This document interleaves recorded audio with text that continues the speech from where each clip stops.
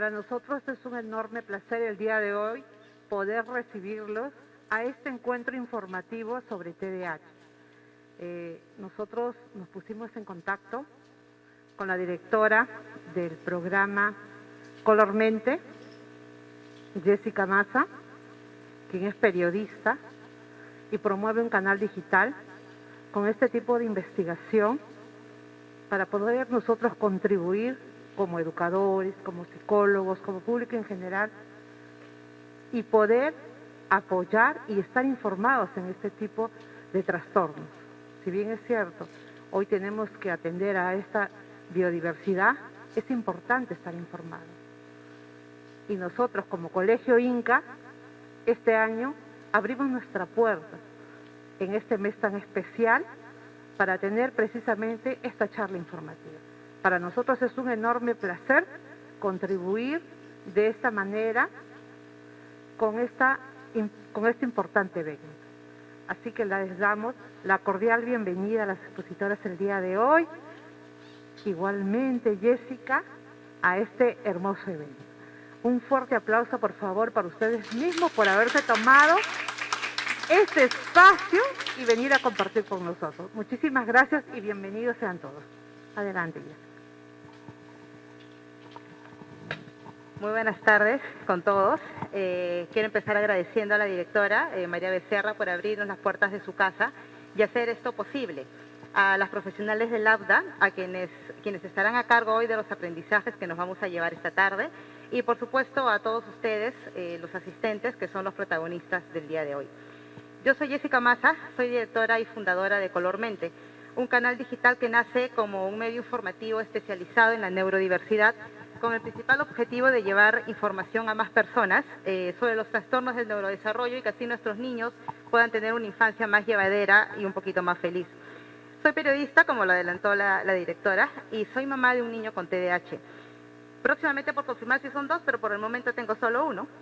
Y en medio de toda la travesía que hemos vivido como familia, uno de los aspectos más importantes fue justamente la escolaridad de mi niño. Tuvo un kinder horroroso, con todas las manifestaciones que pueden haber causado el terror en los profesores, todas, ¿ah? Se salía del salón, se trepaba a las ventanas, pateaba puertas, golpeaba a sus compañeros, paquete completo, siempre le digo yo. Y a mí me daba terror estar en el chat de papás, porque era la queja continua, ¿no?, del niño problema. ¿Qué hacía el colegio? Además de llamarme todos los días, terminó haciendo 3 cambios en su rutina de clases para tratar de controlar el conflicto. Pero ¿qué pasó con todo esto? Llevó a su exclusión, a afianzarse en él el hecho de sentirse distinto, a ser etiquetado, rechazado, juzgado, y llegar a diciembre diciéndome: mamá, no quiero ir al colegio. Acababa de cumplir 6 años. Y yo ya no podía más con el dolor de mi hijo. Busqué cambiarlo de colegio y llegué al que yo considero que fue un regalo de Dios para nosotros. Ese mismo niño que generaba terror en un colegio que no estaba preparado para contenerlo o para abordarlo, llegó a manos de su primer ángel, su maestra de primer grado, que con todos sus años de experiencia nunca había tenido un niño con TDAH. Cuando me enteré, un sábado de abril, cuando ella asistía a una charla como esta, y me mandó una foto diciéndome: estoy preparándome para darle lo mejor a su niño. Esa maestra generó un cambio en la vida de mi hijo y está aquí presente, al igual que ustedes, todos maestros comprometidos con ser ese cambio, ese impacto positivo en nuestros pequeños. A nombre de muchas mamás como yo, les quiero dar las gracias por seguirse preparando para ellos. Voy a darle la bienvenida a 2 personas maravillosas: Beatriz Duda, educadora con maestría en investigación y neuropsicología, presidenta fundadora de la Asociación Peruana de Déficit de Atención, es coach educativa de TDAH, difusora de atención a la diversidad, y para mí es un honor, Beatriz, que estés con nosotros esta tarde, y quiero agradecerle por el apoyo que me ha dado siempre desde el día 0. Y hoy la acompaña María Esther Espejo, otra capa de LABDA, terapeuta sistémica, coach educativa y de TDAH. Las dejo con ellos.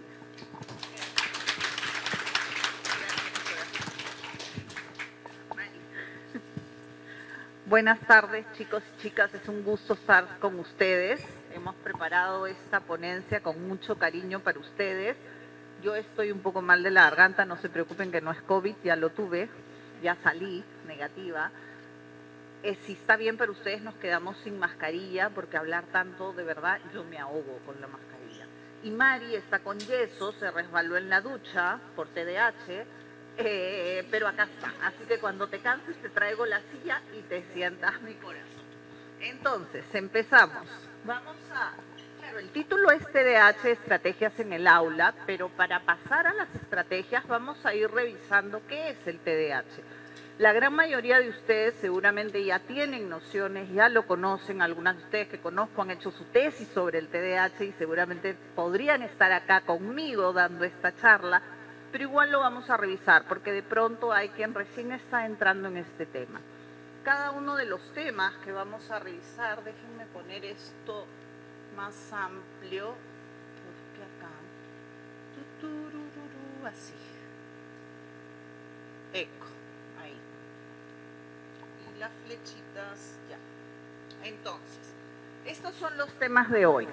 Definición e historia del TDAH, biología, funciones ejecutivas, diagnóstico, tratamiento y llegamos a las estrategias. Después de cada uno de los temas vamos a dar 1 minuto, 3 minutos máximo de preguntas o de un par de preguntas para seguir continuando. Y al final, ok, gracias. Y al final igual vamos a seguir con preguntas. Y antes que nada, disculpen, yo también soy un poco dispersa. Quiero agradecer a quienes nos han abierto las puertas hoy día, al INCA, muchas gracias, señora directora, a Raquel, que ha estado haciendo las coordinaciones, y por supuesto a Jessica, porque es la gran difusora, realmente ha hecho un trabajo de hormiga congregando a todos ustedes y a otros colegios, porque va a haber una segunda fecha. Entonces, comenzamos con la definición.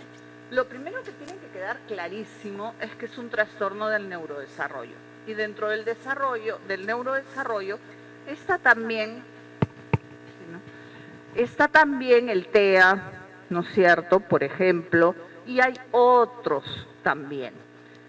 ¿Por qué es importante esto? Porque los signos se comienzan a notar, en verdad, desde que son bebés.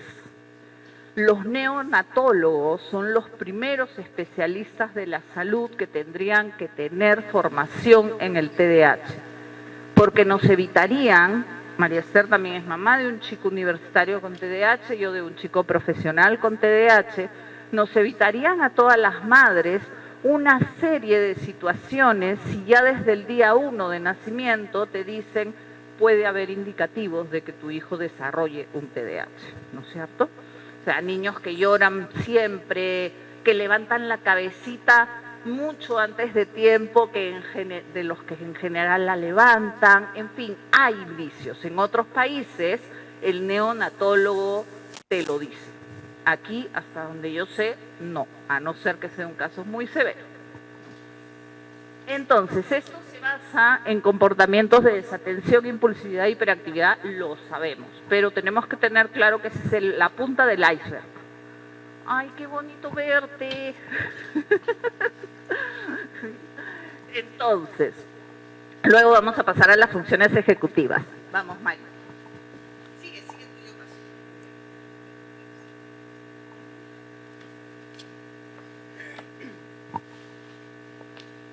Por ejemplo, como Bea les comentó, tengo también un hijo ya que era inquieto desde que estaba en la barriga. Él se dio 2 vueltas de cordón y se quedó sentado y durante todo el embarazo me hacía doler porque metía las manos y los pies por rincones que no debía y me dolía como no tienen idea. Pues siempre fue inquieto, pero el neonatólogo ni el pediatra nunca lo vieron, ¿no?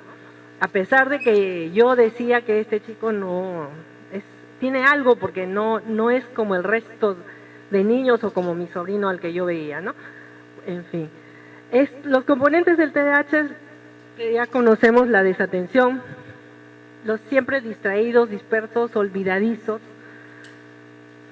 la hiperactividad e impulsividad, y esta hiperactividad e impulsividad es de pensamiento, de movimiento, de no querer o no poder estar quieto, porque ellos sí quieren. Por ejemplo, mi niño cuando estaba pequeñito yo le pedía que se quede quieto y él me decía, mamita, yo soy bueno, pero mi cuerpecito se mueve, ¿no? Y él tenía esa vez 1 año y medio, casi 2 años, y yo no entendía. Y yo le decía, pero el cerebro manda al cuerpo y tu cerebro le tiene que decir que se quede quieto.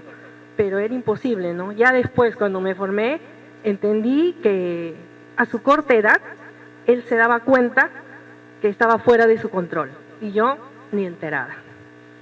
Por eso es importante educarse, instruirse sobre este tema. Y el tipo combinado, por ejemplo, mi hijo es así, el paquete completo, el tipo combinado, desatención, hiperactividad, impulsividad. Él no para. Y no para de moverse, no para de hablar, de cantar, de hacer ruidos. Lo bueno es que en casa los 3 tenemos el trastorno, ¿no? Entonces, la pasamos bien, de verdad, que es muy divertido entre nosotros y nos toleramos bastante. Y lo bueno también es eso, porque yo pienso que si mi esposo no tuviera el trastorno, para él los dos seríamos pues no podría el pobrecito vivir con nosotros, ¿no? Pero como los 3 somos iguales, estamos bien. Entonces, algo que tenemos que entender entonces, uno de los conceptos, digamos, de lo que es el TDAH, es que es un problema en el desarrollo del autocontrol. Y esto es bien importante. Los niños quieren controlar su atención, pero no pueden. Quieren controlar sus movimientos, pero no lo logran.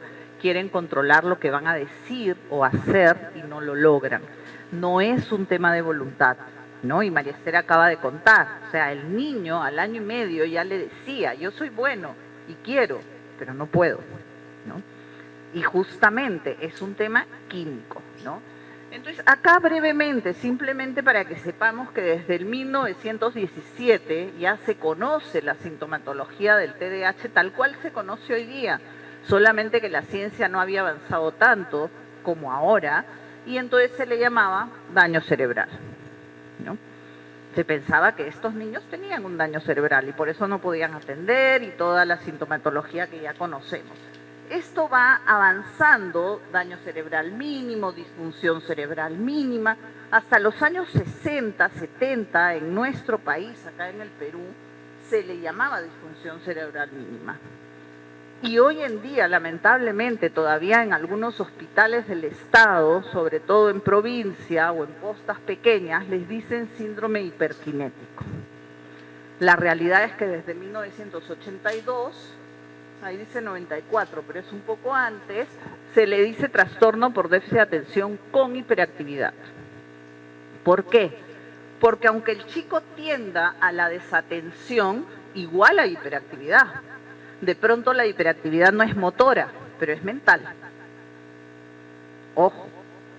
Las últimas investigaciones lo que nos dicen es que si bien en este esquema se ve que hay 3 tipos, la gran mayoría está al centro, por eso el dibujo. E incluso quienes se van solamente a la desatención no quiere decir que no tengan hiperactividad, quiere decir que no tienen hiperactividad motora, pero generalmente hay hiperactividad mental, ¿no? ¿Y eso cómo se descubre? Hablando con los chicos. Y te dicen, mami, yo me quiero dormir, pero tengo como 10 ventanitas abiertas. Estoy pensando en esto, en esto, en esto, en esto y en esto, ¿no? A la hora de hacer mi tarea, estoy pensando en el tema de mi tarea, pero también estoy pensando en esto, en esto, en esto, en esto, en esto. Eso es hiperactividad mental, ¿no? Y muy poca gente habla de eso y hay que entenderlo. Okay. Para esto hay factores ambientales y para muchos trastornos los factores ambientales determinan, ¿no? Muchos de los trastornos. Sobre todo el afecto y la atención que se les presta a estos niños. Por ejemplo, como son a veces tan inquietos, tan hiperactivos y todo, muchos se fastidian, ¿no? Se molestan con ellos, cuando lo que más necesitan es afecto y cariño. Porque teniendo ese afecto y cariño, estas personitas tratan de agradar y de estar mejor. Hacen mayor esfuerzo del que pueden por estar bien. Pero si al contrario sienten rechazo, su reacción va a ser peor, ¿no? Entonces, y en casa, el medio ambiente familiar también es importante, porque cuando son familias con problemas o familias disfuncionales o hay otros tipos de problemas en la casa, también esto influye, o hay maltrato infantil, también este factor es importante, ¿no? Y los factores genéticos, bueno, como les digo, de papás con el trastorno, los hijos, yo creo que al 100% que sí, ¿no? Por ejemplo, cuando mi niño estaba pequeño y era así tan inquieto, los amigos decían, este no es 100% ustedes, este es 150 o 180. ¿No? Y bueno, no lo entendíamos, pero ya después todo aquello cobró mucho sentido. El 80% de familias en que papá y mamá, perdón, cuando las familias son papá y mamá con TDAH, hay un 80% de posibilidades de que su hijo tenga TDAH, ¿no? Porque también se puede saltar una generación, ¿no? Puede ser que no lo tenga los papás, pero lo tiene el abuelo, o uno de los abuelos, o un tío, en fin, ¿no? Porque los mapas genéticos son complicados. La herencia recesiva, efectivamente. Entonces, hasta acá, el tema de la biología, digamos, de la historia del TDAH, porque ahorita entramos a la biología. ¿Hay algo que no haya quedado claro o alguna inquietud que alguno de ustedes tenga? Todo clarísimo. Podemos hacer un examen. Entonces, pasamos a la biología. Todos somos acá o profesores o psicólogos, entonces nos hemos formado un mínimo, ¿no es cierto?, en nuestras clases sobre el cerebro humano. Sabemos lo que es la neurona, que es la célula del sistema nervioso central, son las células que están en el cerebro. Sabemos lo que es el neurotransmisor, que son estos químicos que permiten la comunicación interneuronal, y sabemos lo que es la sinapsis, que es cuando se da esta comunicación efectivamente, ¿no es cierto? Todos tenemos millones de neuronas, por lo tanto millones de neurotransmisores y por lo tanto millones de sinapsis, ¿no es cierto? Todos, absolutamente todos los seres humanos. La cosa es cómo las estamos trabajando. ¿Cuáles son los neurotransmisores comprometidos en el TDAH? Neurotransmisores tenemos más de 70, señores, y algunas investigaciones nos dicen que más de 80. Pero los investigadores médicos genéticos solamente saben la función de 20 o 22 de ellos. Miren todo lo que falta por descubrir en el cerebro humano, ¿ok? En el TDAH ya se ha descubierto hace muchos años que hay dos neurotransmisores implicados, dopamina y norepinefrina, también llamada noradrenalina. La dopamina, tenemos dopamina 2, 4, 6, 8, 10, etcétera. Las que están relacionadas en el TDAH son la 2 y la 4. Esto es importante porque si uno se va a leer investigaciones sobre la genética del TDAH o la genética de otros trastornos, va a leer dopamina 6. Eso no tiene nada que ver con el TDAH. ¿Okay? La 2 y la 4 son las que están implicadas. Y sobre todo, lo que nos dicen las últimas investigaciones es que hay una desregulación, que lo que regula, la dopamina es sobre todo el afecto, la emoción y la conducta motora. Prioritariamente, no quiere decir que no regule la atención, la memoria, todas las funciones ejecutivas que vamos a ver después, ojo. Pero les ponemos eso porque es una de las cosas que se ve. Entonces, ¿qué es lo que pasa en el TDAH? Que hay una excesiva recaptación de estos neurotransmisores. Si sabemos que tenemos neuronas, sabemos que tenemos neurotransmisores dentro de las neuronas y sabemos que se tiene que dar la sinapsis entre estas dos neuronas, lo que pasa en el TDAH es que estos neurotransmisores se quedan recaptados, no pasan. No se da el impulso químico y eléctrico para que haya comunicación interneuronal. Entonces, yo estoy hablando y de pronto me pongo a pensar, no sé, en lo que voy a hacer mañana, ¿no? O estoy escribiendo en mi tarea y me distraigo y me pongo a dibujar otra cosa. ¿Ok? Vamos a explicar con este esquema. Este esquema es muy interesante. Por ejemplo, tenemos ahí los puntitos rojos, son los neurotransmisores, ¿no? La dopamina o la norepinefrina. En el primer espacio tenemos a una persona que no tiene el trastorno, entonces los neurotransmisores fluyen de una neurona hacia otra sin ningún problema. Al medio se presenta a una persona que tiene el trastorno y ahí se da la recaptación. Este neurotransmisor no fluye de una neurona a otra, sino se queda ahí depositada y la persona presenta los síntomas que ya conocemos. Y en el tercer espacio, ese puntito verde es la molécula del medicamento, que generalmente se usa para este trastorno. Y lo que hace el medicamento es posicionarse en ese terminal para que no se dé la recaptación del neurotransmisor, ¿no? Entonces la persona puede empezar a desempeñarse como se espera. No es que al 100% todos los neurotransmisores van a fluir, pero sí un gran porcentaje y por eso la persona va a poder desempeñarse efectivamente. ¿Queda claro este esquema? Porque es bien importante. ¿Por qué? Porque entonces tenemos que entender y ayudarlos a los padres de familia a entender que hay una base química, ¿no? No pueden obligar a un niño a no moverse cuando su química le pide moverse. O sea, es imposible. Es como obligar a una persona que tiene una pierna más corta que otra a que no cojee. No puedes, físicamente no puede, a no ser que le des un zapato con un taco más alto o un bastón. A los chicos con TDAH hay que darles los apoyos que necesitan también, para que logren desarrollar su potencial, para que logren mostrar sus habilidades. ¿Ok?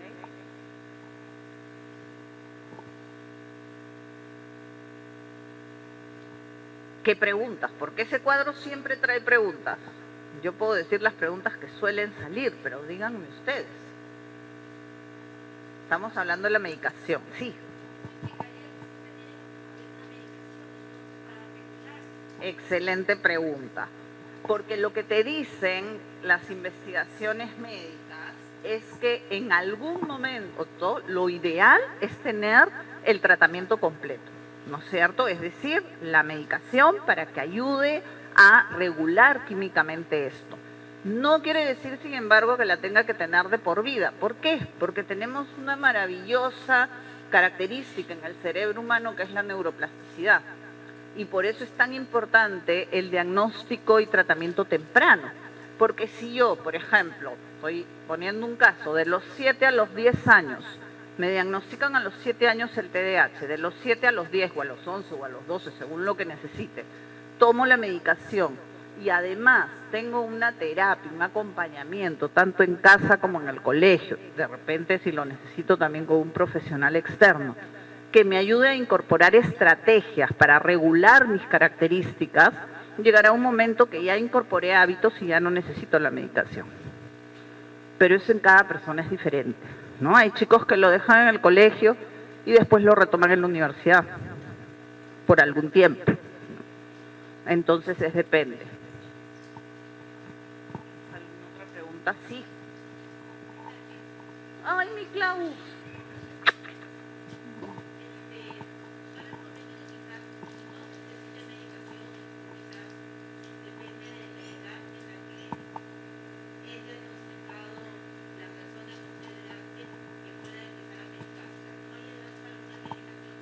Ya, excelente pregunta también. Lo ideal es que se comience después de los 6, 7 años, ¿ok? Sin embargo, hay niños de 4 años, pocos, pero hay, que son expulsados de los nidos, porque literalmente están todo el día, o sea, descontrol total.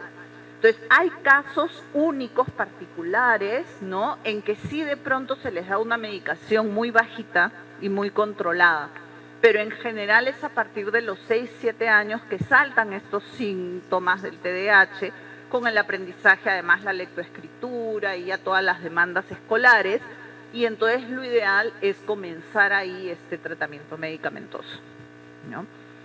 Y de verdad en cada persona será diferente. Bueno, por ejemplo, sobre este tema yo les puedo comentar, a mi hijo lo empecé a medicar a los 6 años, ¿ya? Primero fue de lunes a viernes para el colegio y los resultados fueron buenos. El problema se presentaron los fines de semana cuando iba a las reuniones infantiles, ¿no? Y una consigna que teníamos con la psicóloga era advertirle que si se portaba mal, golpeaba a alguien, mordía a alguien, nos retirábamos de la reunión. Y muchas veces llegábamos, estamos empezando a saludar a la gente y mi hijo ya había hecho algo que lo que teníamos que empezar a hacer es a despedirnos, ¿no? Recoger al hijo y salir de la reunión. Y eso tampoco es bueno para los niños, porque ya los empiezan a marginar, ya no invitarlos porque causan problemas. Entonces yo le pedí al neurólogo que lo medique los sábados y domingos, porque yo necesitaba que mi hijo aprenda a socializar, a estar bien en los diferentes entornos. Entonces empezamos a medicarlos también los sábados y domingos, los domingos solo en la mañana para que repase o termine de hacer algunas tareas, y el resto del tiempo ya, era él, era libre, ¿no? Como les digo, él es recontra inquieto y ruidoso, pero ya los fines de semana empezaba a comportarse bien, a no pelearse en las reuniones y comenzó a ser aceptado en su grupo. Él ahora tiene ya 21 años y solo se medica cuando está en clases o él siente que la clase que va a recibir necesita de toda su atención. Pero cuando es un curso que le es fácil, no se medica, ¿no? Pero la medicación en él ha sido constante hasta que terminó el colegio.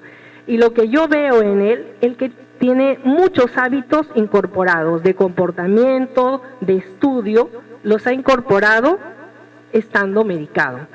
A diferencia de otros jóvenes que empiezan con la medicación ya de 18, 19 años, pero les cuesta mucho incorporar esos hábitos o conductas. ¿Ves? Es más fácil cuando son medicados desde pequeñitos. Y eso que dice Mari es bien importante, es decir, si acuérdense al inicio que hablábamos que esto es un problema en el desarrollo del autocontrol, ¿no es cierto? Entonces no es solamente el autocontrol para atender, ¿no?, en lo académico, es el autocontrol para atender también en mis relaciones sociales. ¿Qué me está diciendo? ¿Cuáles son las normas, las reglas de este juego, ¿no?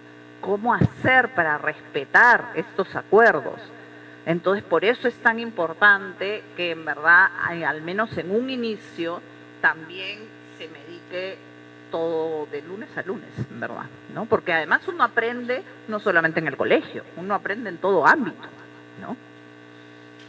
Pero vamos a seguir hablando de la medicación al momento del tratamiento. Queremos entrar al tema de las funciones ejecutivas. ¿Por qué? ¿Se acuerdan que hablábamos que en el iceberg, el TDAH es como un iceberg, y en la punta tenemos estos 3 elementos que además están en todos los manuales de diagnóstico: desatención, hiperactividad, impulsividad? Esa es la punta del iceberg, eso es lo que todo el mundo ve. Pero ya hace años también que se sabe que hay funciones ejecutivas que están algo dormidas en quienes tienen TDAH. Entonces, ¿qué son las funciones ejecutivas? Pues esto, son actividades mentales complejas que tenemos todos, que nos permiten organizar, planificar, guiar, pensar hacia adelante, ¿no? Y poder autorregularnos, poder alcanzar los objetivos, las metas que nos proponemos. ¿Son importantes de trabajar? Por supuesto. ¿Se trabajan en el colegio? Por supuesto que se trabajan. Desde mi humilde opinión, lo que yo considero es que no se trabajan del todo bien. ¿Por qué? Porque la profesora sabe lo que trabaja, pero nos damos el tiempo para explicarles, uno, a los padres y sobre todo a los estudiantes, qué son sus funciones ejecutivas y cómo las tienen que trabajar. para que descubran, o sea, les damos oportunidades para que ellos vayan descubriendo cómo trabajarlas. O sea, lo que yo siento es que desde la educación, porque nos han formado así, porque definitivamente la currícula universitaria de educación, de institutos de educación superior, donde se enseña pedagogía, tiene que cambiar, porque está totalmente desactualizada, ¿no? Porque yo creo que lo que nos forman a los docentes es a, yo decido el apoyo en base a mi observación y lo brindo. Y eso es jugar a ser Dios. Porque ¿por qué yo voy a saber lo que necesita mi estudiante? Tengo que hablar con él. Además de observarlo y de conocerlo, tengo que preguntarle. Mira, veo que en mi clase parece que te aburres un poco y te pones a hacer otra cosa. ¿Qué podemos hacer para que la próxima vez estés más enganchado en la actividad? Los chicos tienen las respuestas de acuerdo a sus características. Entonces, démonos ese tiempo para preguntarles, porque esa es la educación de hoy. Queremos que desarrollen autonomía, pero si no les damos esa oportunidad para ir conociéndose y decidiendo, ¿qué autonomía van a tener en quinto de secundaria cuando salgan a la vida? ¿No? Entonces, y desde chiquitos, porque desde chiquitos tienen un cerebro para pensar. Entonces, vamos a revisar las funciones. La activación es ponerte a hacer las cosas, decidir hacerlas, porque muchas veces sabemos que tenemos mucho que hacer y nos debe pasar a nosotros. Bueno, a mí me pasa porque ya tengo esto, pero yo creo que a cualquiera, ¿no? Que un domingo está con toda la pereza y sabe que tiene un montón de cosas que hacer, pero no hay forma de salir de la cama, ¿no? Y 5 minutos más o 10 minutos más y les cuesta mucho hacerlo. A ellos, peor, ¿no? El organizar y priorizar. Sabemos que tenemos que hacer muchas cosas, pero ¿cómo ordenamos? ¿Con qué empezamos? Y sobre todo a ellos con las tareas o el estudiar, ¿no? Hay tantos cursos y no saben por cuál empezar o por qué tarea empezar. A veces empiezan por la más fácil, pero es la última que tiene que entregar, entonces ya no les queda tiempo para aquello que les va a requerir mayor tiempo. Y para eso es importante ayudarlos a priorizar, ¿no? A organizar esto. Y para que se activen, motivarlos, porque ellos funcionan mucho por motivación. Igual nosotros, ¿no? Si hay algo bueno después de lo que vamos a hacer, vamos a empezar a hacerlo y con ganas. Si no, siempre, ¿no? Lo vamos a ir dejando. Y a propósito, gracias, sí, a propósito hemos puesto la figura de un adulto, porque también a los adultos con TDAH les pasa eso. Se proponen salir a correr todas las mañanas, ¿lo hacen? Se proponen comer más verduras, se proponen ir al gimnasio. Quiero decir, no solamente las personas con TDAH tienen problemas con la activación, pero cuando se trata de un TDAH, cuando esto es repetitivo, cuando esto es intenso, cuando realmente está frenando tu desempeño, porque todos podemos pasar por periodos de menos activación, pero cuando esto es constante y cuando está afectando a más de un área de mi vida, pues hay que pedir ayuda. Porque podríamos estar hablando de un TDAH que nunca nos fue diagnosticado y estar cargando una mochila llena de piedras pesadas, ¿no? Que nos dificultan lograr nuestras metas. Ayer ha sido miércoles, ¿no? El martes estuve con una niña de segundo de secundaria, me decía, Bea, es que te lo juro que yo quiero.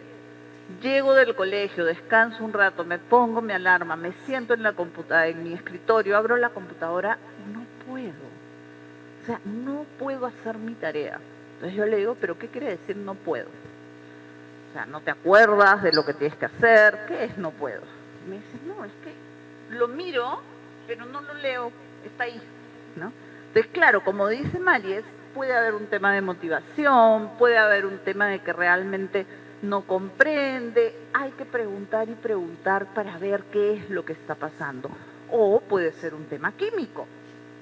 Además, si es una niña, que es su caso, que viene ya del colegio, se va a sus clases de ballet, llega a su casa como a las 6 de la tarde. A nosotros tampoco nos provoca ponernos a trabajar a las 6 de la tarde, ¿no? Entonces también hay que ver eso, porque muchos papás ponen a los chicos en 30.000 talleres y ¿cuánto tienen tiempo para rascarse la panza? El ocio es importantísimo para niños, jóvenes y adultos, ¿no? Enfoque, ya iba a pasar. Del enfoque creo que no hay mucho que hablar, todos lo conocen, qué tanto somos capaces de focalizar nuestra atención en la actividad que estamos haciendo, ¿no? Pero además de mantenerla, porque una cosa es yo comienzo a atender, pero qué tanto puedo mantener esa atención, y también qué tanto soy o no capaz, me es o no me es fácil alternar mi atención. De pronto la profesora dice, chicos, se acabó la hora, guarden por favor su cuaderno de geografía, saquen su flauta que nos vamos al taller de música. Y es como que la mayoría lo hace y hay unos cuantos que siguen pintando su mapa, ¿no? Porque les es difícil. Entonces, si yo tengo 2 o 3 chicos con estas características, tengo que adelantar. 10 minutos antes ir diciendo, chicos, por si acaso, en 10 minutos tener relojes con números grandes en el aula, eso es básico, no solamente para chicos con TDAH, para muchos chicos. En 10 minutos ya nos estamos yendo a música. No se preocupen si no han terminado de pintar el mapa, ¿no? Porque hay chicos que necesitan comenzar a guardar sus cosas antes de la hora, ¿no? Entonces tengamos eso en cuenta. Siguiente función. La memoria. La memoria, ¿no? Esa que siempre se va, que nunca nos acordamos. Y para ellos, por ejemplo, el traer los aprendizajes, recordar cosas. Ellos saben que lo saben, pero no se acuerdan nada. Y eso les pasa mucho en los exámenes. Ellos han repasado, han estudiado, pero en ese momento no se acuerdan. También esto en la memoria funciona de mano con la orientación. A veces van a un sitio, les mandan a un lugar y a veces no saben cómo regresar o para qué fueron a ese lugar, ¿no? Entonces, muchos de ellos dicen que nacieron sin brújula, pero es eso, ¿no? Que la memoria no está muy bien. Y cómo usar esto para hacer el trabajo, y también tiene que ver con la organización, los pasos a seguir. Ellos ya hicieron un plan de trabajo, pero a la hora de hacerlo no se acuerdan cómo iban a ir haciendo o desarrollando aquello. Y el acceder es a tus recuerdos previos. Y es tan importante, por eso a veces en clases es importante, antes de empezar un nuevo tema, repasar lo anterior, ¿no? Al menos lo más importante de lo que se trató la clase anterior, para refrescar esa memoria y pueda haber este nuevo aprendizaje, porque ustedes saben que todo es encadenado, ¿no? Sin la base anterior va a ser imposible que ellos asimilen lo nuevo que ustedes les están brindando. Por eso es importante ir apuntando estos signos de interrogación que estamos poniendo cuando vamos acabando un tema. No solamente es para dar la oportunidad si ha quedado algo no muy claro, sino para que de pronto ustedes tengan la oportunidad en sus cuadernos de ir apuntando hasta ese momento de historia del TDAH. ¿Qué me llevo? De todo lo que han dicho Bea y Mari, ¿qué me sirve? ¿Qué es nuevo para mí? ¿O qué no es nuevo, pero me ha ayudado a reforzarlo y lo siento importante? Me lo apunto, porque además ustedes saben como docentes que el hecho de escribir va grabando en nuestra memoria, ¿no? Y es bien importante. La vez pasada nos preguntaban unos papás, pero ¿cómo trabajo en la memoria de mi hijo? Porque además los papás es como que queremos que las cosas cambien así de negro a blanco o de blanco a negro, y las cosas no son así, todo es un proceso, ¿no? Y entonces la memoria se puede trabajar también, tanto desde casa como desde el colegio, no solamente con temas académicos, sino, a ver chicos, ¿se acuerdan el tema el juego que hicimos la semana pasada en el patio? ¿Cuál fue? ¿Cómo se llamaba? ¿No? ¿Cuáles eran las normas de ese juego? Entonces, en un ambiente como relajado, no es que tomando una lección, porque cualquier tema que se traiga, ¿no?, para acceder, es ya trabajo de la memoria. Los papás tenemos, porque muchos de ustedes, además de su rol de profesores, seguramente son papás también o más, ¿no es cierto? En lugar de preguntar, hijito, ¿cuánto te sacaste? Que ya eso debería estar prohibido, debería ser una lisura, ¿no? Porque en esta nueva mirada de la educación la nota es lo de menos, ¿no? Entonces ¿qué fue lo más divertido que hiciste hoy en el colegio? ¿No? ¿Qué fue lo más bonito que aprendiste hoy en el colegio? ¿Qué es lo que más te gustó de lo que dijo tu profesora? ¿No? ¿Qué juego nuevo tuviste en el recreo? Ahí también se está trabajando la memoria. El esfuerzo sostenido. Para mí esta es una de las funciones ejecutivas en quienes tienen TDAH que más problemas trae. ¿Por qué? Porque quiere decir que cuando pasa la motivación de lo que han comenzado a hacer, y suele pasar rápido, esto se desinfla la motivación y abandonan. Y quien abandona no gana. Quien abandona no logra el objetivo. Y no los podemos obligar a no abandonar, porque entonces estamos haciendo que la motivación se vaya más al suelo y por lo tanto estamos afectando su capacidad de aprendizaje. Porque ya sabemos que sin motivación no hay aprendizaje. Entonces, ¿qué tenemos que hacer?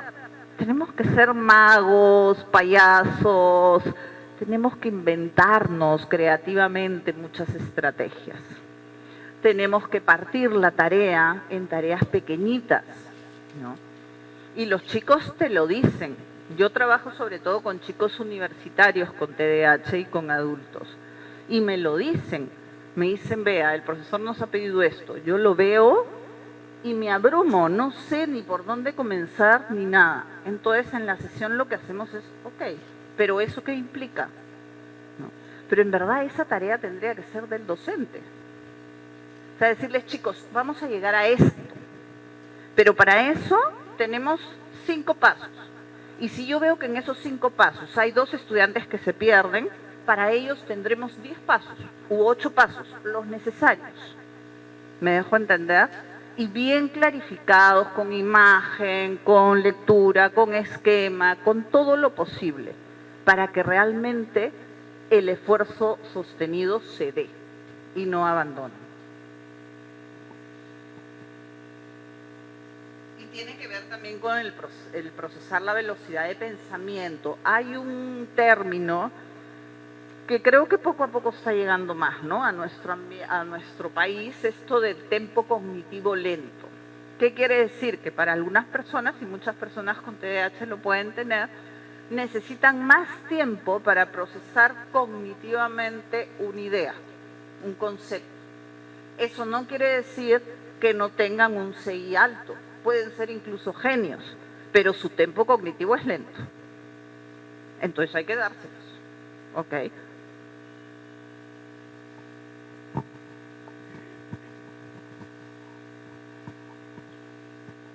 Las emociones.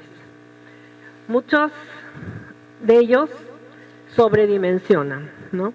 O se alegran, se desbordan de alegría, o se frustran por cualquier cosa hasta el llanto. Y realmente a veces, bueno, como docentes no sabemos qué pasó, y sus compañeros igual, ¿no? Porque es demasiado la muestra de sus emociones. Y esto es importante que lo aprendan a controlar, porque yo creo que de adultos igual, ¿no? Si uno, a veces cuando uno se ríe muy fuerte, siempre llama la atención y todo el mundo voltea a mirarlos. Pero los niños, en ellos es normal, pero igual es importante que aprendan a manejar estas emociones. Y esto también les crea muchos problemas de adultos en los trabajos, porque no pueden controlar esto y se terminan peleando con los compañeros, con los jefes. Y de niños vemos eso, cuando a veces se arman peleas por las puras. O hay una niña muy sensible que todo el día llora y así que ya nadie quiere estar con ella porque de cualquier cosa se queja o llora, ¿no? Y es importante que poco a poco aprendan a moderar. ¿Y cómo puede ser? Con mucho afecto, explicándoles y enseñándoles a calmarse, a respirar. Yo sé que todo esto les quita, es más tiempo de trabajo, más dedicación, pero el solo hecho de que ustedes estén aquí, para mí es que tienen vocación, les interesa y les gusta lo que ustedes hacen. Entonces, todo esto que les puede requerir más tiempo, yo sé que de algún modo ustedes van a poder hacerlo. Inversión de su tiempo.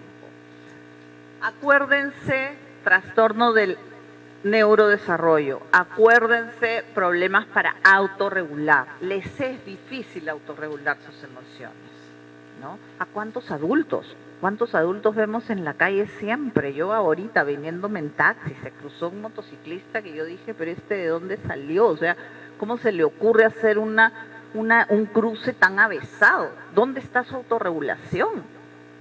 ¿No? Y lo vemos todos los días en las noticias, ¿no? No quiere decir que todos ellos tengan TDAH, obviamente, pero que no tienen autorregulación, no la tienen. La última función ejecutiva de las que está afectada, eso no es que lo decimos nosotros como Asociación Peruana de Déficit de Atención, esto lo avalan investigaciones científicas, sobre todo de grupos de investigadores en Estados Unidos, en Australia, en Gran Bretaña, en Suecia también están estudiando mucho esto, en países del primer mundo que hacen estudios donde participan 1.500, 3.000 personas, ¿no? Hay un estudio muy famoso que ha tenido además un seguimiento como de 15 años y salen todos estos temas, ¿ok? Entonces, el monitoreo es este Pepe Grillo interior que todos tenemos y te dice, por ejemplo, vea, mejor no te enganches en esa serie de Netflix porque no has terminado el informe que tienes que presentar mañana a las 7 de la mañana, ¿no? A todos nos pasa, ¿no? Claro, hay risas porque a todos nos pasa. Ya, entonces, ¿qué hacemos con esa voz del Pepe Grillo? ¿La escuchamos? Por supuesto que la escuchamos. ¿Le hacemos caso? No siempre. Y entonces después ya nuestro esposo nos está llamando para irnos a acostar y nosotros en la computadora haciendo el informe a la 1 de la mañana, ¿no? Que al día siguiente nos levantamos cansadas porque no hemos dormido nuestras 8 horas, además, ¿no? Entonces, ¿cómo estamos manejando esa situación? Que pase una vez al mes no pasa nada. Pero si esto es continuo, si esto es frecuente, ¿qué está pasando? Y en los chicos igual. O sea, ¿qué pasa cuando no hacen, y es la llamada procrastinación? Han puesto en su horario que van a comenzar a trabajar sus tareas a las 5, son las 6, son las 7, 7:30 y no comienzan, ¿no? O sea, ¿qué está pasando ahí con esa voz del Pepe Grillo? Eso se junta, obviamente, con lo que vimos al inicio, con la activación, ¿no? Están en off, perdón, pero deberían estar en on, pero les es difícil subir la palanca on, ¿no? Les es difícil activarse, les es difícil este automonitoreo, ¿no? Para poder regularse. Y esto también va con el tema del manejo del tiempo. Muchas personas con TDAH, no todas, no quiere decir que todas tengan todas las funciones ejecutivas dormidas, pero varias de estas sí. Muchas personas con TDAH de todas las edades llegan tarde, no calculan cuánto tiempo es necesario para realizar determinada actividad, ¿no? Les sucede mucho esas cosas. Entonces, esas son 6 funciones ejecutivas, todas están en el lóbulo prefrontal, ya lo hemos dicho, solo pasamos rápido, y acá tenemos el iceberg. El iceberg. Lo que todos vemos de este trastorno es la desatención, la hiperactividad y la impulsividad, ¿no? Y lo que no se ve, pero sí se sabe que está ahí, lo que acabamos de hablar sobre las funciones ejecutivas. Y con esto, la baja tolerancia a la frustración, el perder los papeles en cualquier momento o por cualquier cosa. Los problemas de aprendizaje. No es que todos los niños tengan problemas de aprendizaje, pero sí, hay muchos de ellos que tienen diferentes problemas de aprendizaje. La inmadurez. Se dice que son 3 o 4 años, ¿no?, de diferencia, que los niños con este trastorno tienen más o menos una diferencia de 3 a 4 años con sus pares en esta maduración. Y se ve más en los intereses que ellos tienen. Por ejemplo, cuando mi hijo tenía, no sé, 16 años y los chicos de su edad ya estaban viendo a las muchachas, en tener a la primera enamorada, ir a las fiestas y todo eso, él seguía súper interesado en seguir coleccionando Legos y jugando con ellos. Él no le interesaba y el resto como que los otros chicos lo veían medio raro, pero lo bueno es que, no sé, él tiene una personalidad tan estable que no le importaba. Se juntaba con otros chicos como él, porque ellos se buscan entre ellos, que tenían el mismo interés y ya pues la pasaban así, armando Legos o rompecabezas, ¿no? Después, la dificultad para aprender de las experiencias. Somos de las personas que nos tropezamos con la misma piedra 3 o 4 veces, ¿no? Porque nos olvidamos, pues. Esta memoria no funciona y a veces volvemos a hacer lo mismo.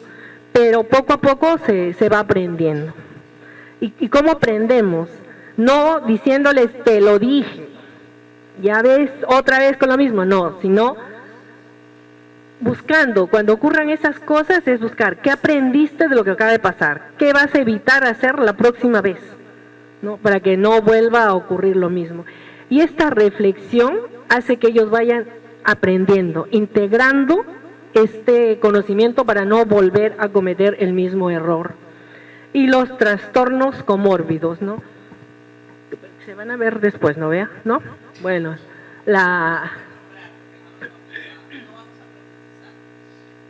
depresión, la ansiedad, que muchos de ellos y hasta adultos, ¿no? Hay muchas mujeres adultas diagnosticadas con depresión y ansiedad que realmente tienen un TDAH que jamás ha sido tratado. Y cuando así tengan los años que tengan, llegan a un diagnóstico y un tratamiento, realmente la vida cambia de color, ¿no? Empiezan a ver la vida con todos los colores que tiene y esa nube gris que las acompañaba se disipa, ¿no?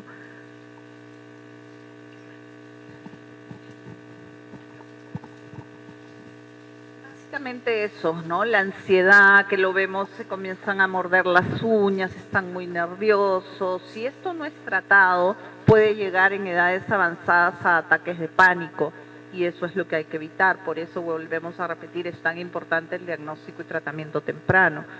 También problemas alimenticios, ¿no? Conocemos de cerca unas psicólogas que son TROMES dedicadas a trastornos alimenticios y nos dicen que un alto porcentaje de las niñas y niños que llegan con esta problemática tienen un TDAH nunca diagnosticado ni tratado, ¿no?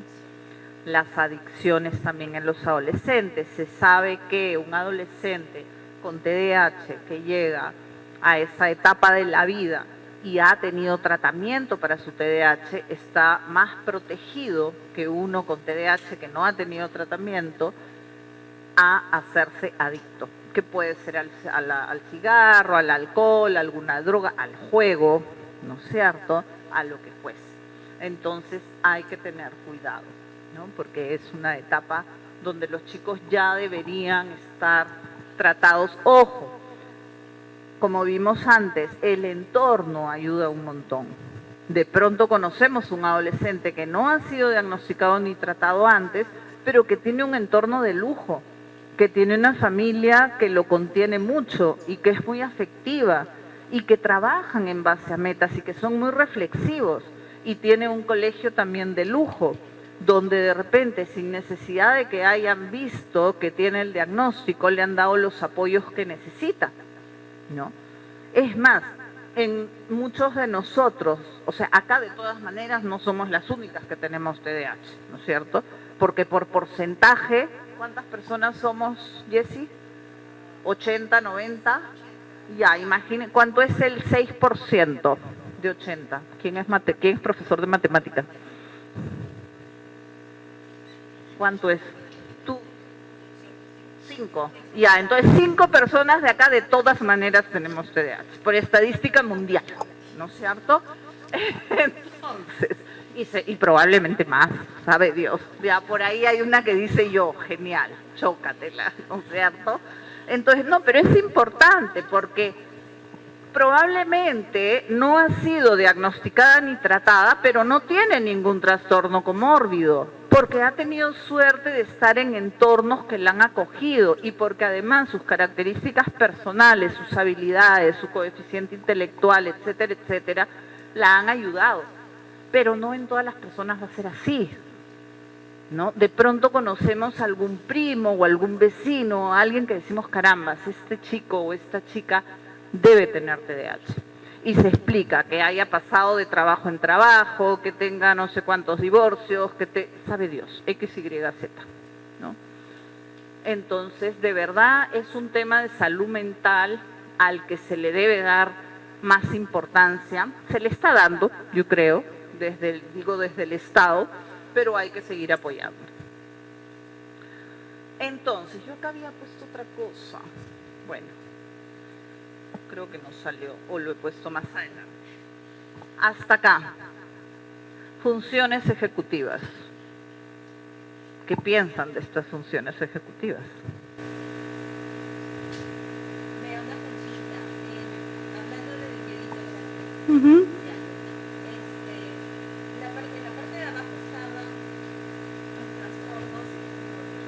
Sí o sí, un muchacho TDAH va a tener también esto, o puede tener algunos. Excelente pregunta. Algunas. Siempre va a haber una baja tolerancia a la frustración. De hecho, el DSM-5, que es el Manual de Psiquiatría, ¿no es cierto?, ya se está otra vez revisando para una siguiente edición, porque quieren incorporar el tema de la frustración. O sea, aparentemente, persona que tiene TDAH tiene muy baja tolerancia a la frustración, ¿ok? Eso sí. Problemas de aprendizaje, un 46-42% de chicos con TDAH, difieren el porcentaje, pero es más o menos alrededor de 40% de chicos con TDAH en edad escolar tiene algún problema de aprendizaje o trastorno de aprendizaje, ¿no es cierto? O sea, si no se trata, se podría convertir en un trastorno de aprendizaje, que también es tratable, no pasa nada, pero hay que detectarlo. La inmadurez en todos. En alguna área, no es que en todas las áreas, ¿no? Puede ser como contó María Esther, que a nivel de relaciones sociales todavía no estén interesados en chicas. Hay áreas más bien que son como chiquiviejos, en el sentido que puede haber chicos con TDAH que son sumamente reflexivos y muy cable tierra, digamos, ¿no? Porque finalmente el TDAH es un grupo de características, pero que se junta con otras tantas características con los que cada una nacemos, ¿no? Y los trastornos comórbidos, felizmente, tampoco es que siempre tengan que estar presentes. Y por eso es tan importante diagnóstico, tratamiento, pero además el entorno marca muchísimo, ¿no? Imagínense un chico, imaginemos un niño o niña hiperactiva, desatenta, impulsiva, hiperactiva, que viva en Lima, en X zona, en un departamento chiquito. Llega del colegio, va al departamento y no hay quien la saque al parque. Imaginemos una niña con las mismas características, incluso de personalidad, de habilidades, de coeficiente intelectual, pero que vive en el campo. ¿Cuál va a ser mejor? De todas maneras, ¿no es cierto? Entonces, eso también es importante, o sea, cómo están diseñadas nuestras ciudades, ¿no? Ya en arquitectura hay una rama muy importante que está estudiando justamente eso. O sea, ¿qué tanto diseñamos parques, ciudades, colegios, ¿no?, pensando en esta diversidad? Nuestras aulas. Las aulas tienen que seguir siendo silla y carpeta, y si yo quiero hacer mi tarea echada en una alfombra, y si yo quiero escribir parada en un atril, en uno de estos, ¿cómo se llaman? Podio, no es atril, es podio. Gracias. En un podio, ¿se dan cuenta? Si yo estoy cansada y quiero echarme a descansar un ratito, ¿dónde está ese sillón en el aula que me permita descansar? O tengo que mentir y decir que tengo dolor de estómago para que me manden a la enfermería. Las cosas tienen que cambiar, chicos. Y yo sé que es inversión económica, pero sobre todo, clic. Tenemos que hacer un clic mental.